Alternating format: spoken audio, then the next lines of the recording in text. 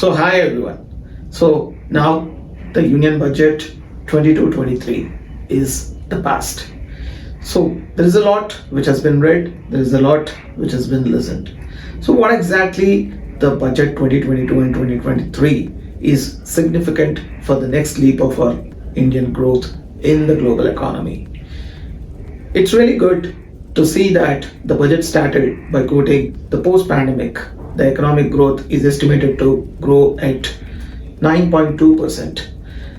However, there is a caution which is expressed in the following year of 22-23, where the growth will be an uptick of 8%. Of course, the rationalization is required to happen because the global liquidity was eased at the times of pandemic, and now that the global liquidity will start tightening, the growth may taper off and it is required to tame the inflation. And coming to our Union Budget 22-23, the most important thing which attracted everyone is India entering into the Amrit Kaal, which is the next 25 years, which is a lead up to India achieving 100 years of independence. So from this perspective, what exactly is this Amrit Kaal and whether this Amrit Kaal master plan will really work out for an Indian economy as well as the Indian aspirants who are into the corporate as well as the working population, youth and women, agriculture. So what exactly is this blueprint for Amrit Kaal? An engine which fuels up the Indian economic growth. So the government in the budget has clearly defined what exactly is the master plan for Amrit Kaal, and it contains four components, or you call it four pillars. And the first important pillar which is defined is PM Gati Shakti, and second is inclusive development, third is sunrise opportunities, energy transition and climate action, and the fourth important thing is financing of investments. PM Gati Shakti is all about in the budget. It is a buzzword. It is the most searched word in the Google. So what exactly, what kind of an interest it has created? Yes, it is indeed not an express, but it is a concept of a train with multiple compartments and one single engine pulling all the train to its destination. And that's how the PM Gati Shakti has identified 7 engines which will be working together towards achieving the objectives of this next 25 years of Amrit Kaal. And what it contains the most important engines, which includes roads, railways, ports, airports, waterways, and mass rapid transit systems and logistical infrastructure. So all these 7 engines will be supported with IT and communication software, energy transmission, and creating adequate bulk water and sewage system along with social infrastructure. And how this will be powered, the visionary climate change talks which is happening in the global will be powering this entire growth engine through clean energy and of course the unified workforce with Sabka Prayas. So this is how the PM Gati Shakti has been defined in the budget. So but what exactly constitutes the overall blueprint of Amrit Kaal? While PM Gati Shakti remains the most important aspect of this entire Amrit Kaal blueprint, so there are other things like financial inclusion, financial investment, inclusiveness in work, as well as opportunities in sunrise sectors, including the climate change and the clean tech. So what exactly contains the budget outlay, or the budget talks about this entire blueprint as a whole? So to name few, expanding the national highways by 25,000 kilometers and 400 new generation Vande Bharat trains will be introduced, and 100 PM Gati Shakti cargo terminals, building adequate metro systems, encouraging chemical-free natural farming. 2023 is a year which will be declared as International Year of Millets, and delivery of digital and high-tech services to the farmers, use of Kisan drones, finance startups for agriculture and rural enterprise relevant for farm produce and value chain, and ECLGs expanded by 50,000 crores, taking it to the total outlay of 5 lakh crore with the major support to the hospitality and the travel sectors. CTTMSC, which has been a great boon to the micro and small enterprises, now it has got an additional outlay of 2 lakh crore in this budget. And for MSME, ramp outlay has been of 6,000 crores has been allocated. Similarly, creating digital ecosystem for skilling, reskilling, upskilling, and livelihood, and setting up a digital university. Yes, you heard it right. This COVID has given an opportunity to learn in a different manner. No more Harvard or Wharton or MIT is away from us in the US, and we all can learn with one of the best universities in the world today, right sitting in my desk in my home. And budget very appropriately puts across this digital ecosystem for skilling and livelihood, along with setting up a digital university in the right direction, bringing the absolute talent to most of the Indians.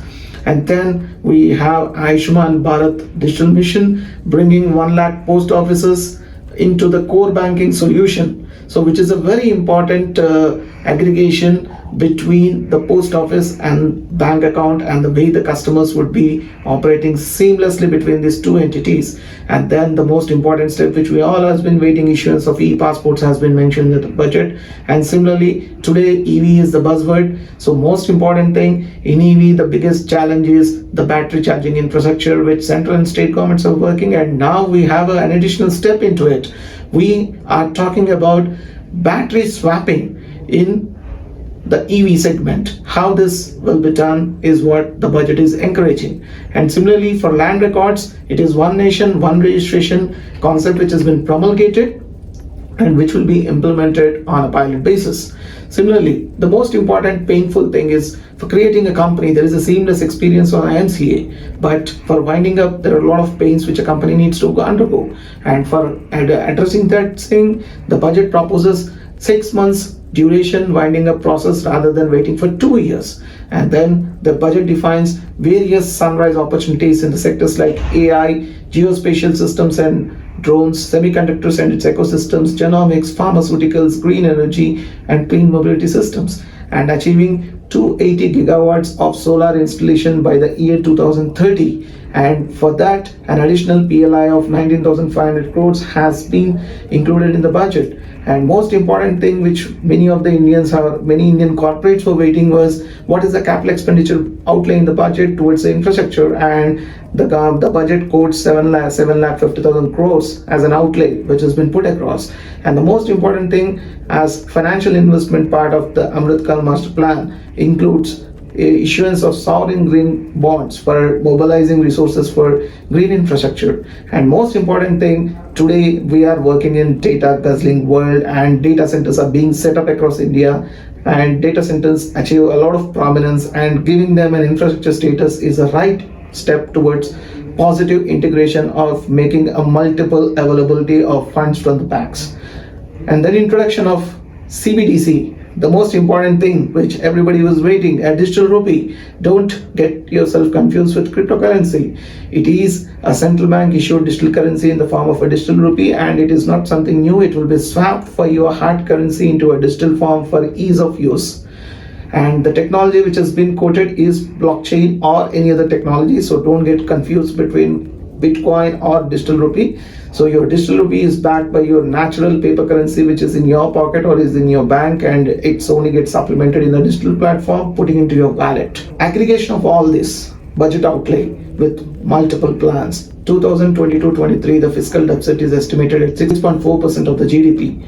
So with a target to achieve a fiscal budget of 4.5% by 25-26, and which is a very ambitious budget, given that the country has undergone a pandemic situation and there has been an ease of liquidity and there has been a lot of disturbances on the ground, but still the country has put across its resilience and given us the estimated economic growth of 9.2%, and containing the fiscal deficit at 6.4% is a commendable job. And moving towards more important FRBM is 4.5% of fiscal deficit of GDP is a very positive and ambitious budget estimates. While Amrit Kaal master plan for 25 years is really encouraging and focuses on multiple parameters, but what exactly, if we have to summarize this Amrit Kaal master plan for the next 25 years, is going to lead the corporate India? So the key points which I think are very important, which many of the corporate and the business, including the employable youth, would have to look at, is the government is focused on bringing the core infrastructure engines to work in unison, because what we lack till now is a close coordination between these economic growth engines. And now this budget is saying that in the next 25 years these all 7 engines in PM Gati Shakti has to work in unison, which is a very positive step. And the next most important thing is incremental outlay for capex. The capex has increased because this year it is 750 crores and it is increased substantially from the previous budget. And this is quite encouraging for building infrastructure of the country for the future economic growth. And the third important point is incremental outlay for a PLI, because in solar 19,000 plus crores has been given towards additional PLI just to ensure that the country achieves the installed solar capacity. And then for ECLGS, there has been an incremental outlay because the COVID affected entities includes hospitality and tourism and travel operators, which were not been adequately addressed, and this budget addresses them by giving exclusive 50,000 crores for the particular sector. And then thrust on integration of governance and providing better user experience. What best we can say it an example like post offices bringing on to the core banking solution, and the customer of post office can integrate his bank accounts and the post office accounts and do the transactions in a seamless manner, and also improve strengthening the digital infrastructure of the banks. So what more you require to say that the government is really putting its thrust on integration of governance and providing better user experience.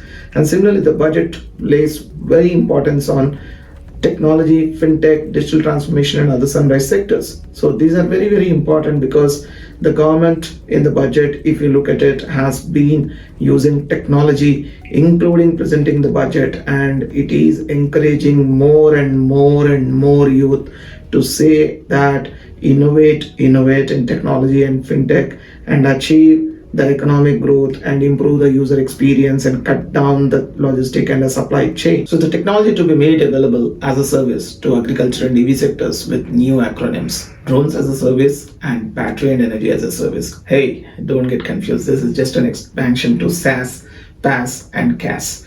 So these are the acronyms which are widely used in the technology sector in today's world with cloud computing, and these are just an extension to those saying that DRaaS and BaaS. So hear it out. There's the new acronyms and the new business opportunities which are shaping up in this sector in the coming time. And then a roadmap to contain fiscal deficit to 4.5% of GDP by 25-26. So these measures, I believe, are really encouraging, and it is for the companies to sit in the boardroom and put their business plan for the next 25 years and where to work and which areas to work and which sectors to work and how they can harness the energy of the government policy to ensure the vision and mission of the companies are achieved. So we as Ealkay are very optimistic about the budget in terms of the business opportunities. The policy is being defined by the government, but at the same time, we would like to highlight to the government to focus on one important aspect which will shape this country for the decades to come and not just 25 years. I request to this forum, to the government, to bring in steps and policy direction to ensure that education is a necessity and not just a right. It should be affordable. Every kid of this country should be able to access quality education at par with anyone of the country, and there should not be any inequality in terms of distribution or dissemination of the education. And with this positive approach, I wish all the best to the corporate India as well as the government in putting up this brave budget policy for this 22-23, and look forward for this 25 years long range plan, making it a high decibel successful and placing India into a developed nation network. With this, signing off, Baba.